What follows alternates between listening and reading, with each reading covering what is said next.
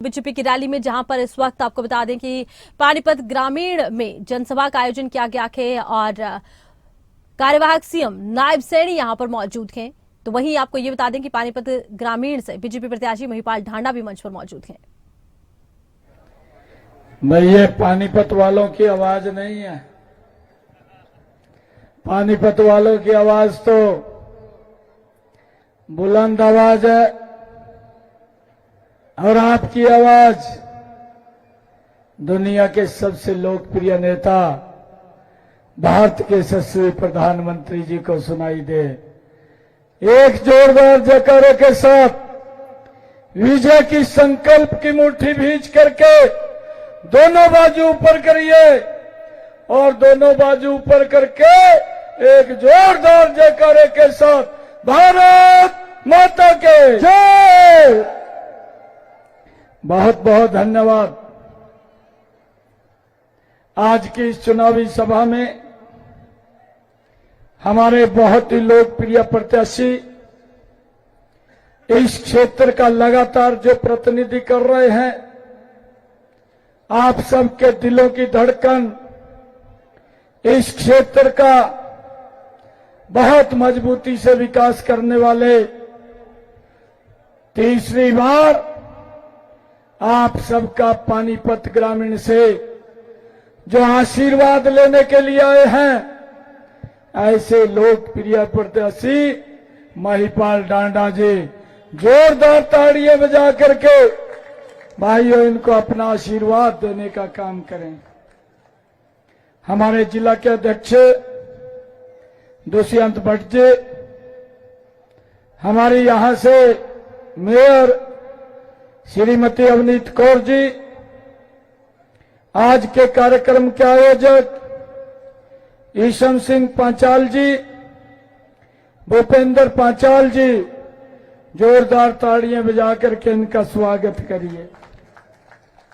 हमारे भारतीय जनता पार्टी के नेता एडवोकेट सुभाष सैनी जी, हमारे बनौड़ा सिंह जी पांचाल और हमारे राजीव जैन जी, राम कुमार सैनी जी, मोहर सिंह जी, हमारी कोमल सैनी महिला मोर्चा की अध्यक्षा, डॉक्टर विक्रम जी चौहान, कृष्णलाल जी, संजय त्यागी जी, अंजुम शर्मा जी, संजय दहिया जी, भूपेंद्र बलियान जी, मंच पर विराजमान पार्टी के सभी पदाधिकारी और आज इस भव्य जन आशीर्वाद रैली में मेरे पानीपत ग्रामीण के बहुत ही मान के लोग, सम्मान के लोग इतनी भारी संख्या में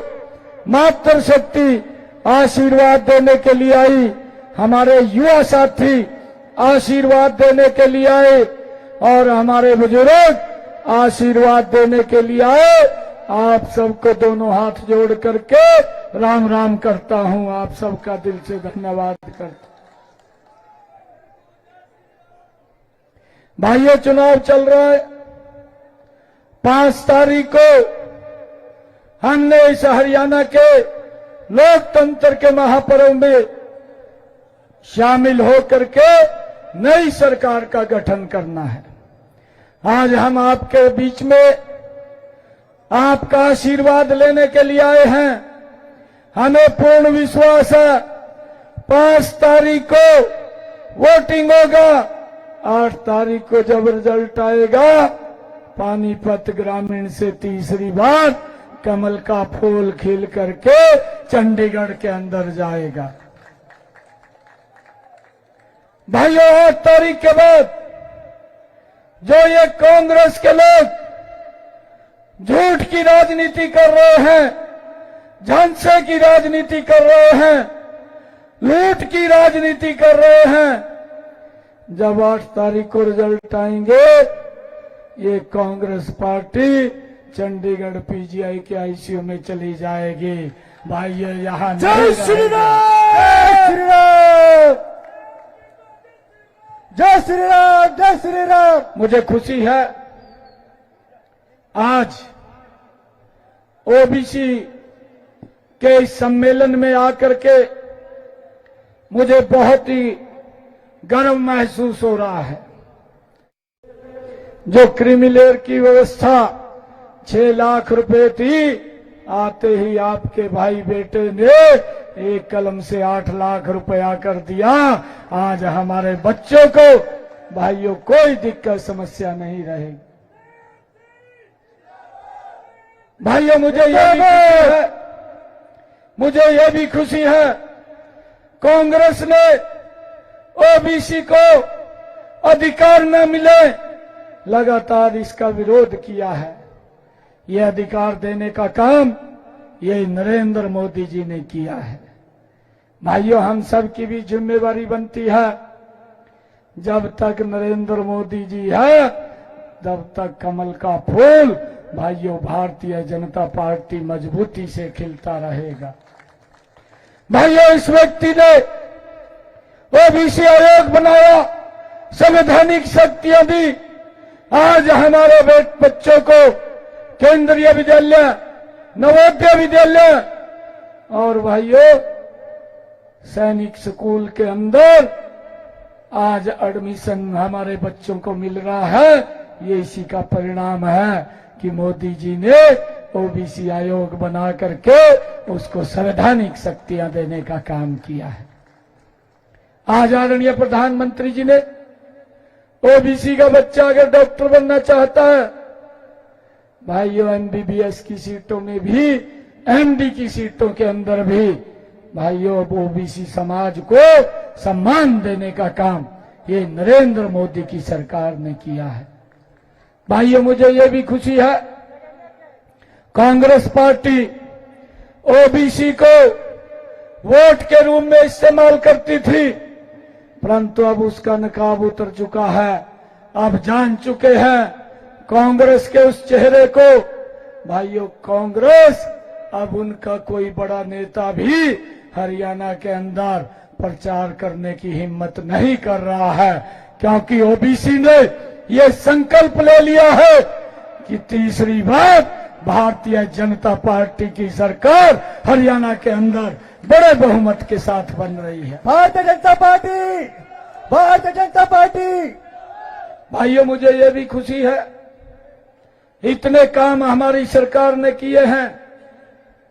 भाइयों, आज चाहे रोड का इंफ्रास्ट्रक्चर हो, चाहे वंदे भारत जैसी सुसज्जित आधुनिक सुविधाओं से ट्रेन हो, और चाहे भाइयों ओबीसी के बच्चों को सम्मान देने की बात हो, और चाहे भाइयों लोगों को घर बैठे ही पेंशन बन जाए, इसकी सुविधा भी हमारी सरकार ने दी है।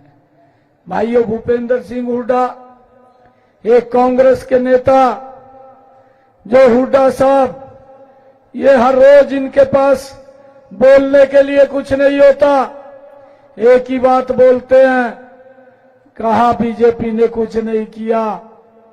मैंने कहा हुड्डा साहब, आप हिसाब मांग रहे हैं। मेरे मन में एक दिन विषय आया कि हुड्डा साहब हिसाब मांग रहे हैं, ये भी 10 साल प्रदेश के मुख्यमंत्री रहे, इससे भी कुछ क्वेश्चन पूछे जाएं। मैंने एक लिस्ट बनाई, लंबी लिस्ट बन गई, मैंने उसको शॉर्ट लिस्ट किया, मात्र 10 क्वेश्चन पूछे, 4 महीने हो गए हैं, आज तक एक भी क्वेश्चन का जवाब नहीं दिया। हुड्डा साहब हिसाब मांगते हुए घूम रहे हैं। भाइयों, एक शेर याद आता है हुड्डा साहब के ऊपर, वो शेर है कि वो हिसाब मांग रहा है, दिल में कसक है, दिल में कसक है, चेहरे पर नकाब लिए फिरते हैं, जिनके अपने बही खाते खराब है, हमारा हिसाब लिए फिरते हैं। भारतीय जनता पार्टी। उसकी हवा निकल गई। इन्होंने सोचा कि किसी ने कोई तवज्जो नहीं दी, एक दोबारा फिर घोषणा पत्र जारी कर दिया। भाइयों, ये पहली बार हमने देखा है कि कोई राजनीतिक दल 2-2 बार अपना घोषणा पत्र जारी कर रहा है। भाइयों, अब इनके ऊपर कोई विश्वास नहीं रहा। ये गारंटी देते हैं, इनकी गारंटी के ऊपर हरियाणा प्रदेश के लोगों को विश्वास नहीं है। अगर किसी गारंटी के ऊपर विश्वास है, वो नरेंद्र मोदी की गारंटी है। भाइयों, उस गारंटी के ऊपर पूरा देश विश्वास कर रहा है। ये कांग्रेस की गारंटी पे कोई विश्वास नहीं है। भारतीय जनता पार्टी। भाइयों, हमने ये संकल्प लिया है, हमारी 8 अक्टूबर को जब ये तीसरी सरकार का गठन होगा, और गठन में हमने सबसे पहले ये निर्णय किया है, हमने अपनी महिलाओं के लिए एक बड़ा निर्णय किया है। 8 अक्टूबर के बाद हमने योजना बनाई, लाडो लक्ष्मी योजना, और अपनी बहनों को, महिलाओं को हर महीने 2100 रुपया देने का निर्णय ये भारतीय जनता पार्टी ने लिया है। भारतीय जनता पार्टी भाइयों, जिंदाबाद। हमने ये भी निर्णय किया है, 8 अक्टूबर के बाद सरकार का गठन होगा। भाइयों, 10 जिलों के अंदर नई IMT लगाने का निर्णय भी हमारी पार्टी ने किया है। भाइयों, सरकार बनने के बाद 10 जिलों के अंदर नए औद्योगिक क्षेत्र IMT लगाने का काम हमारी सरकार करेगी, जिससे IMT के अंदर 50,000 युवाओं को रोजगार देने का काम ये हमारी सरकार करेगी।